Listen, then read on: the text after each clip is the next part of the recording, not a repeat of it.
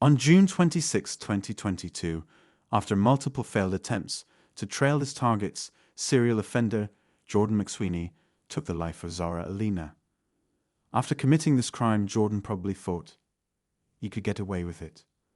What he failed to account for, however, was the dozens of surveillance cameras that captured his movements as he moved around the streets of London. The footage from these cameras would prove instrumental in convicting Jordan McSweeney. This is the story of Zara Aleena and how her life was tragically cut short by a cold-hearted murderer.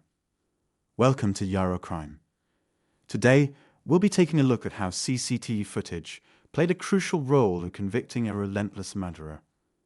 We upload true crime stories like this regularly, so if you enjoy our content, liking the video and subscribing to the channel would go a long way in helping the channel. Thank you. Zara Aleena was born in the winter of 1986, and she grew up in Ilford, London. Everyone who knew Zara described her as a carefree spirit with a most caring heart. She was an avid traveller who loved adventure and was always eager to experience new things. Always full of energy, Zara took up swimming, ballet, dressing up, and tap dancing. She also displayed remarkable skill at ice skating. Even from an early age, Zara had always wanted to be a lawyer, and she was able to achieve her aspiration. In addition to graduating from law school, Zara also supported refugees escaping violence while working to become a qualified solicitor. In addition to all of these, she also took care of her mother and grandmother, making sure they had medication, food, and company. She was full of empathy and was always ready to help out when she could. Zara completed a legal practice course to become a solicitor in 2022 and had just begun to work at the Royal Courts of Justice to complete a 2-year work placement that would allow her to become a fully qualified solicitor. June 26, 2022 started just like any other day for Zara Aleena. She had arranged to meet with a friend at a local pub, and after having dinner and some drinks, the two of them decided to visit another bar. While they were there, Zara decided to drink water instead of alcohol. But while Zara was having a good time with her friend, something far darker than she could have ever expected was brewing. Jordan McSweeney had spent the night getting drunk, disturbing women, and engaging in arguments. He was later kicked out of the pub after he harassed a female member of staff. The time was around 11 p.m. at this point. After leaving the pub, Jordan began hunting for a victim with CCTV footage, showing him escaping a near collision with a bus and then a car as he attempted to cross the road. CCTV footage taken just after midnight showed Jordan stalking a woman. Thankfully, the lady noticed she was being stalked, and she quickly ran into a nearby shop in hopes of losing him. After following her into the shop, Jordan left the shop to wait around the corner for her. After she left the shop, Jordan continued to follow her closely, causing the woman to sprint down the side street as Jordan followed her with a stride. She was thankfully able to outrun Jordan after 21 minutes of being stalked. After losing his target, Jordan simply decided to find a new one. After wandering the streets for over an hour and getting into various arguments with women, he'd found his next target at around 1:56 p.m. He proceeded to follow the woman for several minutes, even overtaking her at one point. Fortunately, the woman was able to safely make it home without getting involved with Jordan. Sadly, Zara wouldn't be as lucky as these women, who escaped the clutches of Jordan McSweeney. Zara was just leaving the bar she visited, and she decided to walk home, as her home was not far away from the bar. She said goodbye to her friends for what would be the last time as she made her way home. It was during this short walk that she crossed paths with Jordan McSweeney. Jordan began stalking Zara and followed her for some distance. He caught up with her where she reached a house on Cranbrook Road. Here he sexually assaulted her and beat her till she fell unconscious.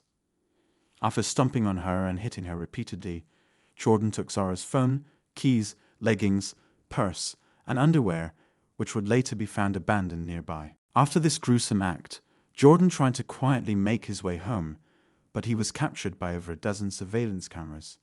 Footage from some of the cameras showed Jordan scaling a locked fence and walking around a well-guarded boathouse and lake. Surveillance cameras also caught Jordan the following day, disposing his bloody clothes in a bin near the ticket office of the fairground he was staying in.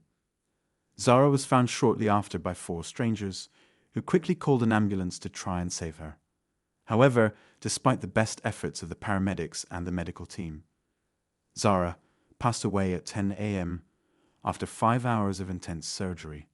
She suffered 46 separate injuries, which included lacerations and several injuries from blunt force trauma.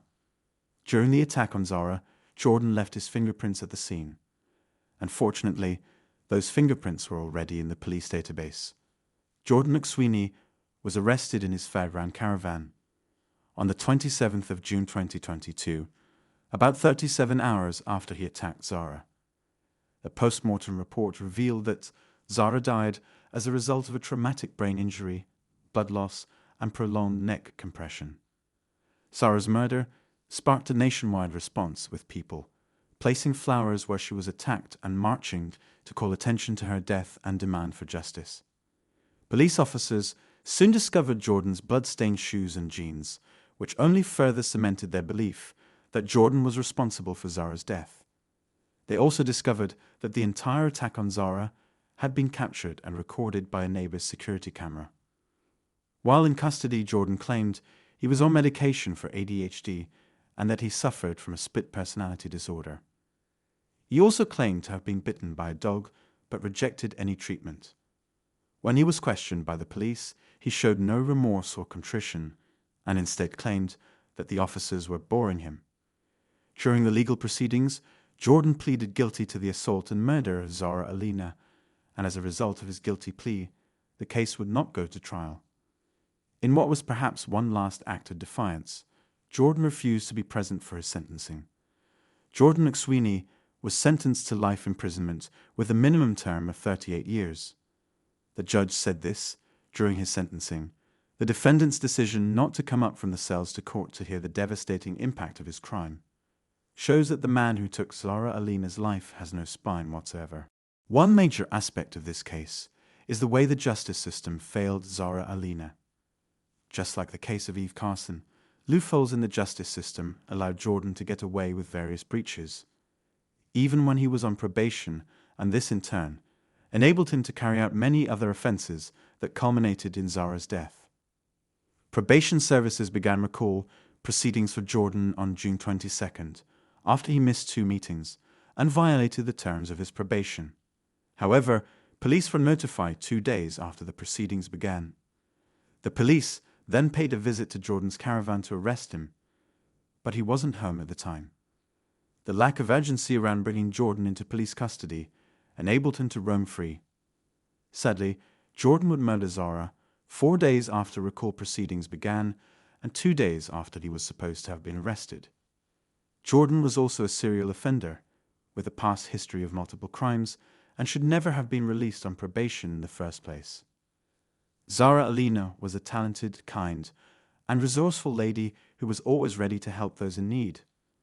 Zara took care of her mother and grandmother, advocated for women, and was friendly to everyone she met.